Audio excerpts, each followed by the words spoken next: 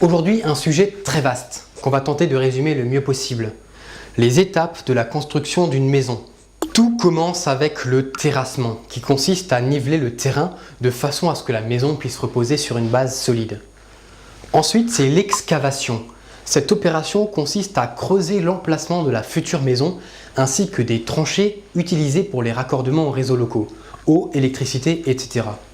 L'excavation est réalisée avec l'aide d'un géomètre qui va définir la profondeur du trou à creuser, de telle sorte à ce que la fondation soit hors gel, c'est-à-dire à une profondeur où le sol ne gèle pas par temps froid. Les fondations sont réalisées par des maçons qui vont installer un ferraillage et couler un béton de propreté dans le trou.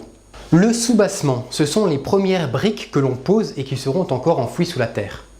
Elles peuvent permettre de créer un sous-sol ou un vide sanitaire, c'est-à-dire un espace entre les fondations et le plancher de la maison, ce qui permet une meilleure isolation thermique et hydrique. Il est aussi possible de faire un soubassement en hérisson, c'est-à-dire que le rez-de-chaussée repose directement sur les fondations.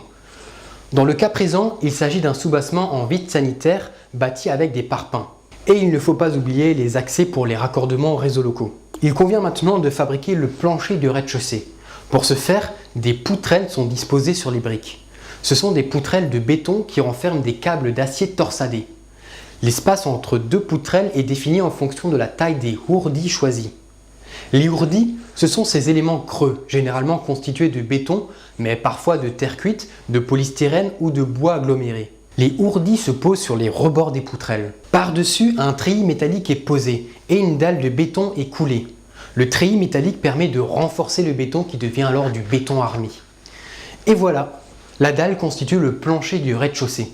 Puis les murs peuvent être montés. Ici, la méthode dépend du type de matériau de construction choisi. Il peut s'agir de parpaing, c'est un bloc de béton creux qu'on appelle aussi aglo ou moellon, qui a l'avantage de posséder une bonne résistance à l'usure et aux intempéries. Il est peu coûteux, par contre c'est un très mauvais isolant thermique et il est imperméable à l'humidité. Les briques creuses en terre cuite qui sont perméables à l'humidité et qui possèdent une bonne résistance thermique. Les briques monomures, ce sont des briques alvéolées en terre cuite. Elles possèdent de bonnes performances énergétiques mais sont assez coûteuses. En plus, la pose de ces briques est plus compliquée. Sinon, il y a aussi les briques en béton cellulaire ou thermopierre qui possèdent également de bonnes performances énergétiques. De nos jours, ce sont surtout des briques creuses qui sont utilisées. Elles sont fixées entre elles avec une fine couche de mortier-colle. La colle forme un joint très fin qui améliore donc l'isolation thermique. Au niveau des portes et des fenêtres, on installe des linteaux qui servent à soutenir les éléments qui se trouvent au-dessus. Puis, on va rajouter encore un plancher supérieur. On dispose donc des poutrelles maintenues par des étais qui permettent de soutenir provisoirement le plafond. Puis on dispose les ourdis sur les poutrelles, en pensant bien sûr à laisser une ouverture pour faire passer un escalier. Et on va faire couler une dalle de béton comme pour le plancher du rez-de-chaussée. Maintenant, on va fabriquer un toit. Dans la présentation, on va choisir un toit en bâtière, c'est-à-dire un simple toit à deux pans. Il convient donc de monter aux deux extrémités de la maison des briques en forme de triangle. Cette structure triangulaire s'appelle un pignon. Puis c'est l'installation de la charpente. Dans ce cas aussi, il existe différents types de matériaux de construction utilisables. Le chêne, le sapin, le châtaignier, l'épicéa, etc. Les bois de charpente sont préalablement traités contre les attaques les plus courantes. Termites, capricornes, champignons, etc. Les premières poutres en bois qui sont posées sont appelées pannes.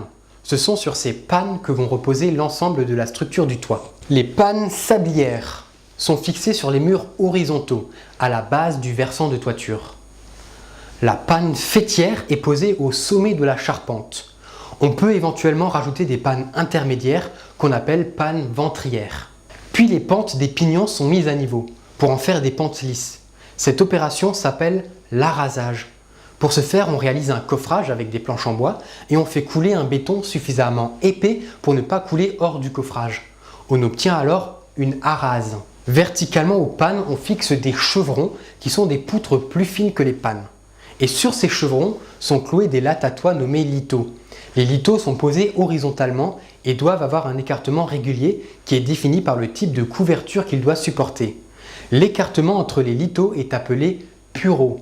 Ensuite, c'est la pose de la couverture, c'est-à-dire l'agencement de matériaux recouvrant le bâtiment pour le protéger des intempéries. Là aussi, on peut choisir différents types de matériaux, comme les tuiles en terre cuite.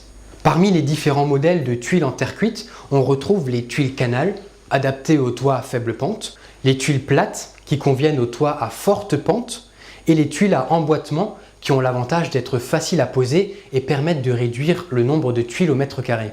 Sinon, il existe aussi les mêmes modèles, mais en béton, qui sont plus lourdes que celles en terre cuite, mais qui ont l'avantage de mieux résister au gel et qui ne se gorgent pas d'eau en cas de pluie.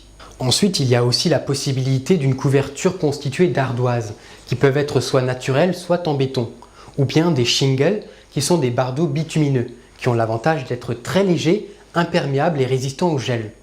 Il existe de nombreux termes techniques relatifs à la couverture, comme les faîtières, ce sont des tuiles demi-rondes qui recouvrent la panne faîtière, les arrêtiers, qui se posent au niveau des arêtes entre deux pans de toiture, les noues, qui se posent au niveau des arêtes rentrantes entre deux pans de toiture, le pureau, qui signifie aussi la partie visible de la tuile, c'est-à-dire la partie en contact avec l'eau lorsqu'il pleut.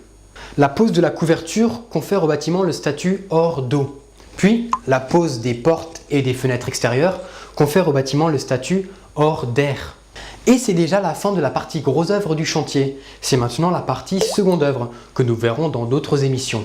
Dans la partie seconde œuvre, il y a l'électricien qui installe le circuit électrique de la maison, le plombier qui s'occupe des systèmes d'arrivée et d'évacuation de l'eau, le chauffagiste qui installe les équipements de chauffage, puis il y a la réalisation de l'isolation sur les murs, plafonds, toits, et le revêtement des murs avec de l'enduit ou du plâtre.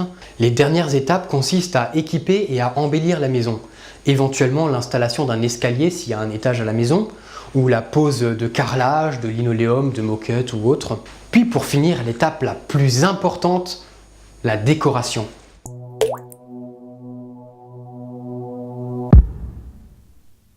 Le mot du jour, c'est suranné. Quelque chose de suranné, c'est quelque chose qui a dépassé sa date d'expiration, qui est tombé en désuétude. Quelque chose de suranné, c'est tout simplement quelque chose de vieux, d'obsolète, de démodé. On utilise ce mot comme dans la situation suivante. Bonjour, contrôle les papiers du véhicule, s'il vous plaît. Oui, attendez, les voilà. Putain, mais ils sont pas à jour, ces papiers, hein. Ils sont surannés, monsieur, hein. Non, mais attendez, c'est votre accoutrement qui est suranné, monsieur, là. Hein. Oh, vous allez voir, hein. Mur en briques, fenêtre à barreaux, nos prisons, elles sont jamais surannées, hein. Salut.